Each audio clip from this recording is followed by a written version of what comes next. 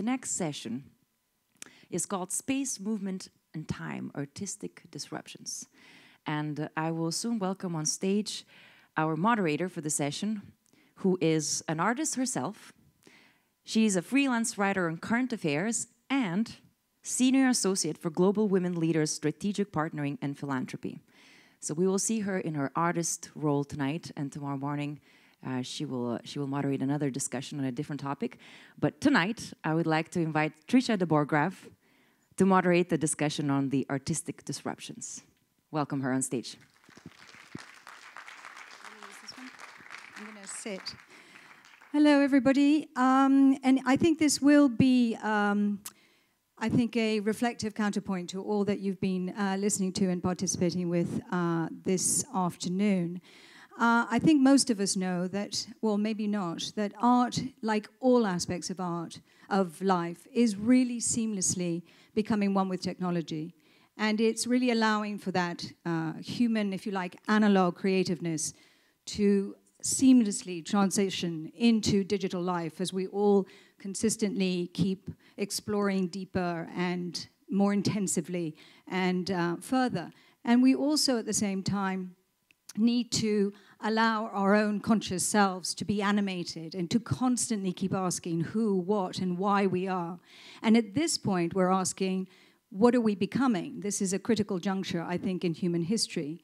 And I think everyone in this room really aspires to these high principles, but often it is art and art alone that can liberate us from our often, I would call it, horse trading practices of every day, and remind us of those essential components that make the human spirit such a formidable force for discovery, for onward progress, and for providing us with a pathway to recovery from past suffering and past terrible, tragic mistakes, as we all can attest to by the fact that we're here this week in the 75th commemoration of the D-Day landings. So on that note, I'd like to introduce two artists working today who are striving to take us all on this 21st century journey. So I'd like to invite them up on the stage and introduce you to Anilore Banon and Marc Ippon de Ronda. Please welcome.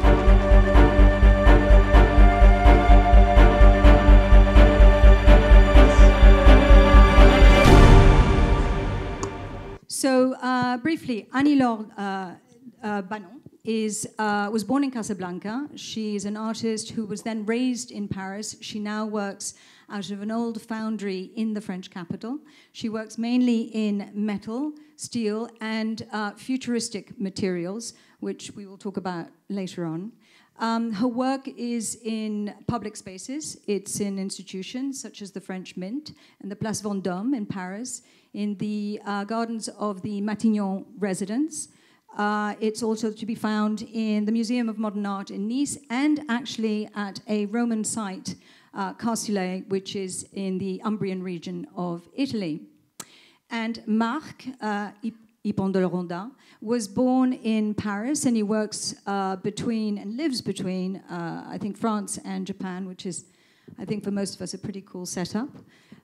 He is the creative director of Atto Designs, and his work has been displayed at the Pompidou Center, as well as in Moscow and Tokyo.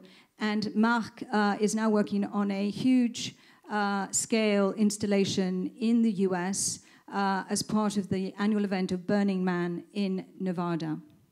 So before we turn to our artists, welcome, we're going to show two brief videos of their work. We're going to start with a piece by Anilore Banon, and it doesn't have any sound to it, but suffice it to say that it's not a million miles away from here, and is probably the reason why the world is spiritually and physically gathered in Normandy this week. And I will drop another huge hint, I think. It's situated at Omaha Beach. And now we're going to see a video of Marc's work. It's called Les Imaginaires, and I think Marc would like to introduce it himself, because again, I think it doesn't have sound, does it? Hello. Maybe it has sound. Well, if you'd like to introduce it, that's fine. I don't exactly remember. Hello, everybody. Thanks so much for having me. Les Imaginaires, this exhibition was a project, a collaboration between ATO, my studio, and the Centre Pompidou. Centre Pompidou has a special place called Studio 1316, which is a special little place underneath the center, and this studio is made for artists to have interactive experience with their audience. And I was very grateful that they asked me to create this exhibition called Les Imaginaires, the Imaginary, where basically my work could be confronted with the experience of the imaginary with the audience. So everybody would come in this room, experience my work, and kind of put their imaginary onto the work. And you'll see there are different pieces, and some of them you would definitely think something when you see them, and some other are very open. The idea was that you would go in the room and you would actually experience the art very differently through experiment. Oh, we'll go through yeah, that. no, that's fine. Okay. Just to start us off, because we're having sort of a conversation with the two of you involved rather than individually being asked questions. You're both very, you're sort of interested in the same things, and obviously you give them different treatment, but you are very, you pay a lot of homage to your past, to history, and yet you're very, very much connected to today's world. And so I wanted to ask about that disruption. I mean, artists are traditionally disruptive, or they are reacting to disruption. So what does it mean, just to get us going here, what does it mean to be an artist today, and how much is your work driven by the, let's say, environmental, economic, and political stresses and changes happening in our societies? Anilore. For me, being an artist today, I don't think it's maybe not so different from before. The difference is that we have images, we have network, we have all of those means that go very, very fast. But for me, I'm treating all the issue, today's issue. So being an artist maybe help us to our work, my work. I mean, I can always speak about me, but I'm sure he has his experience. But I really think that what we do is trying to bring humanity faster in issues that normally don't have it. Because if you treat about peace, about courage or bravery, all those issues that I'm treating, they are normally, they appeal to the reasoning. And so you produce, to me, I think you produce the same effect all the time, because you have as you were saying just before, it's the same process of thinking. But if you go with the emotion, and it could be strong, but if you go through the emotion, you might get somewhere in each person that maybe has not been reached, and so maybe I'm saying that, for example, I had work on violence against women, and maybe by the art you can make some people realize that it's a real problem. Immediacy of the senses, yes, and the sensorial kind of urgency to it. Right. Marc, are you aware you've been driven by all the disruption that's happening in your work? How do you express that? Of course, it's a big influence. I wouldn't say that my work is so much inspired, but unfortunately, what we see in the world today, my work is quite minimal in a way. But I tend to try to create emotion in people, and I think art in general is a perfect way for those emotions also to create a sort of relief for the audience. For from unfortunately what is happening, and also a way to take a step back, and through taking that step back and experiencing art, whatever it is, whatever the medium is, whatever the context or the location or the message, being able to take this step back is actually the best way to hopefully find solutions. And you're both very preoccupied with light and your use of light, and. What strikes me with, and what's an interesting story about the pieces you did for Les Imaginaires, is the fact that today maybe we didn't even know 20 years ago, but today the retina is no longer just a tool to process light for us. We know it's now part of the brain. And so as it processes light, it's also cognitively interpreting what it's seeing. And talk about your piece of Les Imaginaires that was, I think it was Latente, wasn't it? Yes. And how that created a sort of reaction, if you like. Us looking at it, we interpreted what we were looking at with no props. Yes, that's the idea. So the piece called Latente, it was actually the last piece you saw on the video. I might ask, do they have any photos up there? Any stills? Photos. So basically it's those huge light planes that are located in this room. The room is very empty, it's very minimal, right? You have just stones of mirror that you see in the middle. Thank you. And huge light planes. The light planes were 9 meters long, so quite large. Very, very powerful, certain type of red that actually we studied and creates a certain vibration both in the eye and the body, and also maybe you were listening to the sound that actually was playing. This was a recording by Tibetan bowls. Tibetan bowls are known to emit a certain type of frequency that resonates within the body. And during my studies for the exhibition, I found that basically the junction between this very particular color of red and those sounds were creating amazing emotions in people, And actually it was very interesting to see that some people were actually experiencing peace, meditation. They were really falling in love with the piece and having great moments and experiencing amazing stuff in the work. And some other people were really afraid. They couldn't stand in a room more than 10 seconds. They were really like almost shaking, and they hated it. So I think... And also I think a sense of expectation. There were people sort of expecting something was going to happen. Yeah, exactly. And the title of the piece, Latente, is for that was, it's exactly what it means. Basically, I was trying to create an expectation of what you as an audience getting into this room you would put in there.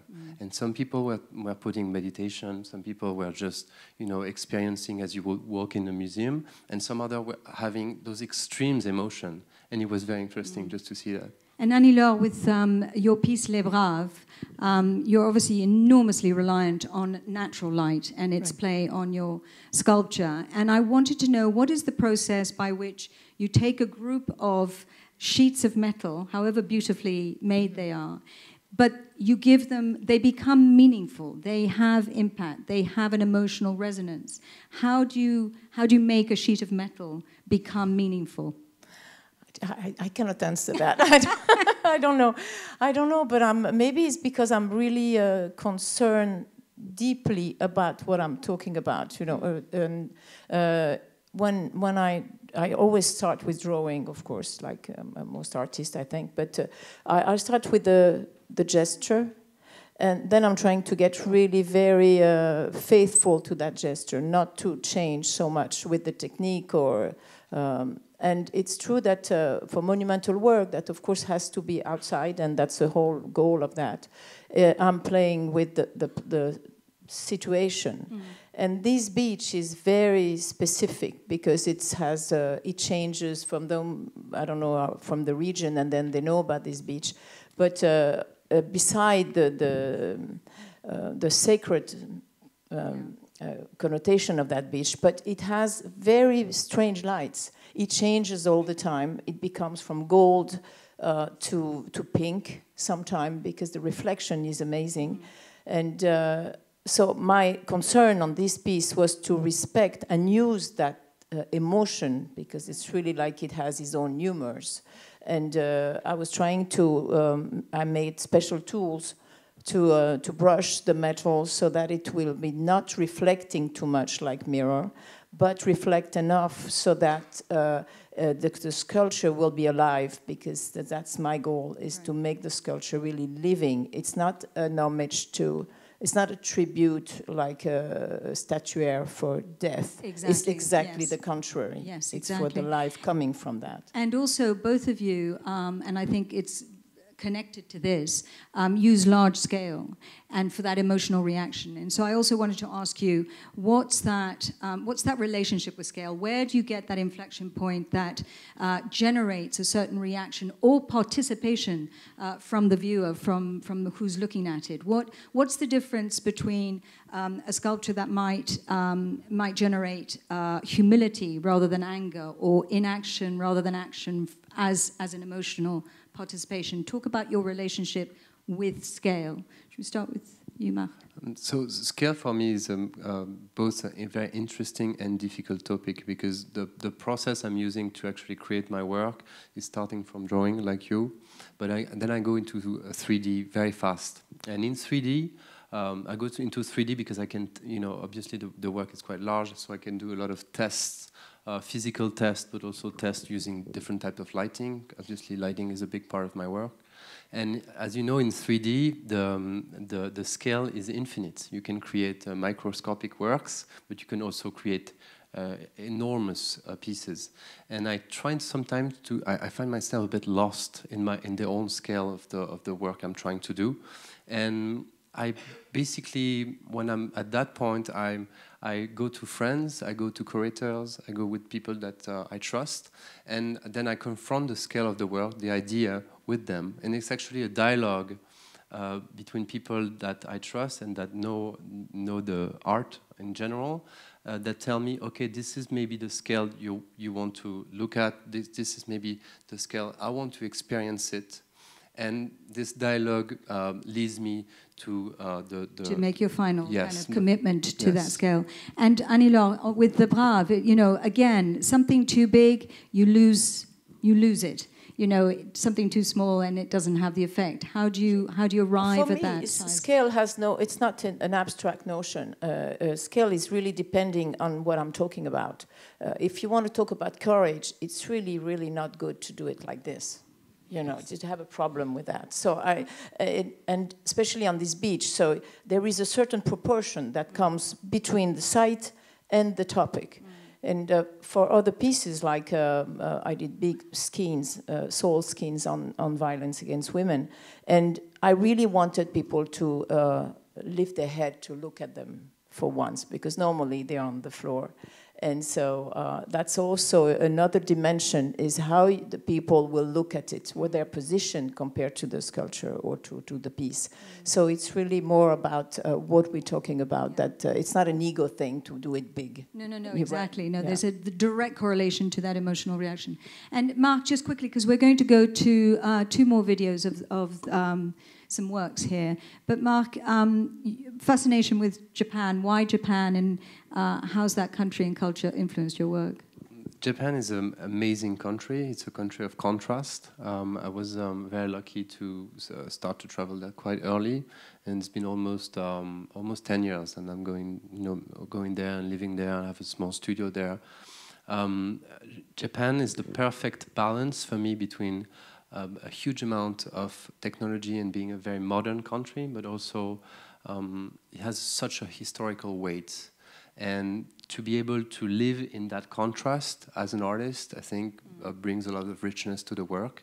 And also being able to confront some of the pieces I've created there with other artists, which are Japanese, and that are living in a totally different mindset as an artist from Europe, it's a very interesting experience. Yeah. And this is why I try to keep my studio there. Yeah, I think that I can see a connection there with your work, very much so. So Marc, you made the myth yourself. You came up with that myth.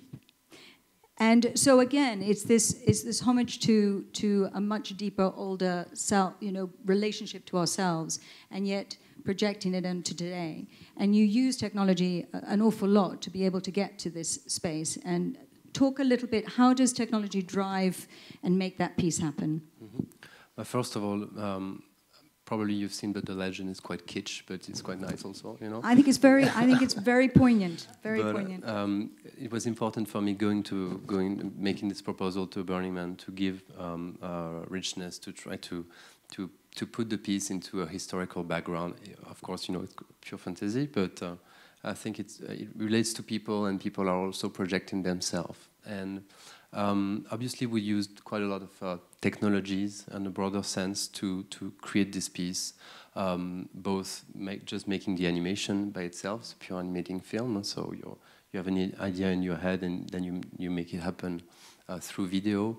The work was created then on paper, and then obviously we collaborate with the engineering office, which are fantastic people, and they are helping us developing the work.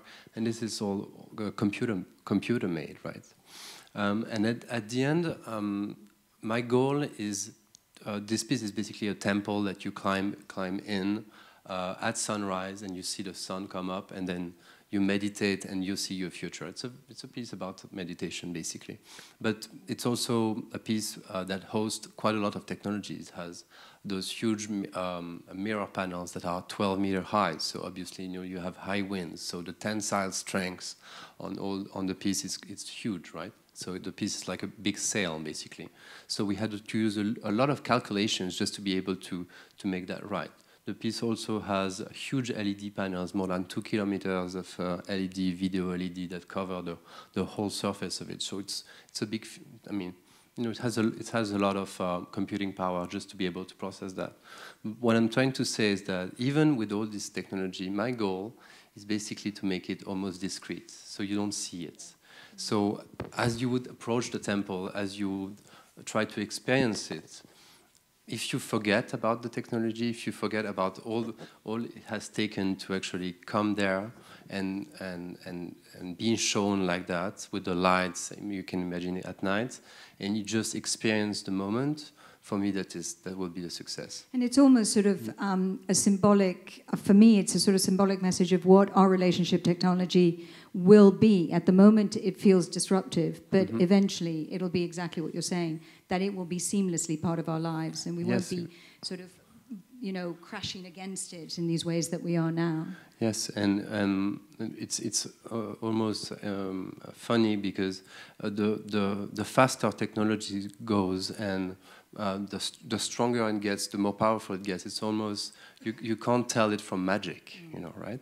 And I'm not saying, I mean, obviously the work has a strong magical meaning, or it has a magical kind of influence by just mythical also, right? But I think it relates also to that, the fact that we are so surrounded by technology, but we almost tend to forget about it, and that's what I like. Exactly. We're now going to see a video of the piece that Anilore Banon is now working on, has been working for a few years. Do you talk in the video or not? No, I don't. So do a brief introduction, then you can talk about it afterwards. Yes, absolutely. So you're going to see a video that's the result of 3 years of work with the engineering, because the idea behind it is to create a participative artwork, adding 1 million handprints of people around the planet, connecting them into making a fantastic trip together to the moon. And this sculpture is alive, it's animated, and I will tell you why later. So as you can see, I think technology had some part to play and is continuing to play in that. So describe to us those challenges and how technology really is driving this piece literally to the moon. Yeah, the question is how? How is... I mean, I always try not to take care of the feasibility of any work before I'm doing it. I'm just drawing and thinking of what I want to do, and then I always think that something is possible.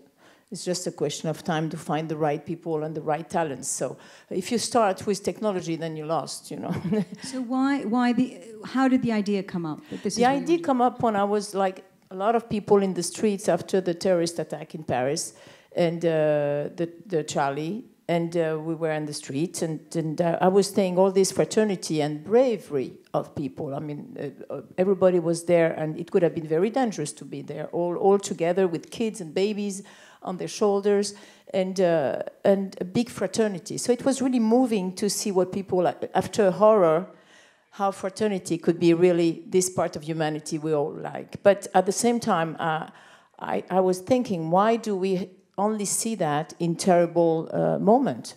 Why do we connect and be together only to cry about the death or about the catastrophes? Or can we do something together, all together, the same fraternity, but to create something, to innovate, to go to a future without fear? And I thought that it was the time to create something that will prove that if we can do that, then we can really do anything. And so that's the whole goal behind it, is to have people with us. And you worked in these futuristic materials. Right. Talk a little bit about that. Yeah, because I mean, as you saw before, I mean, I work often in tons, and so here I had to work in grams. So that's that's a bit of a stretch. You know, the first time the engineers told me, this is a great idea, but we are in grams in the space. So fine. So then, but it's great because it means that you have a lot of a window that's open, and you have to create on different materials. So it's fantastic. You have to research a lot of that. Yeah, I was working with the space engineers, with astrophysicists, and that were as crazy as I was, because the other says, "Great, we're going to work with you on this, and we're going to find." So we find a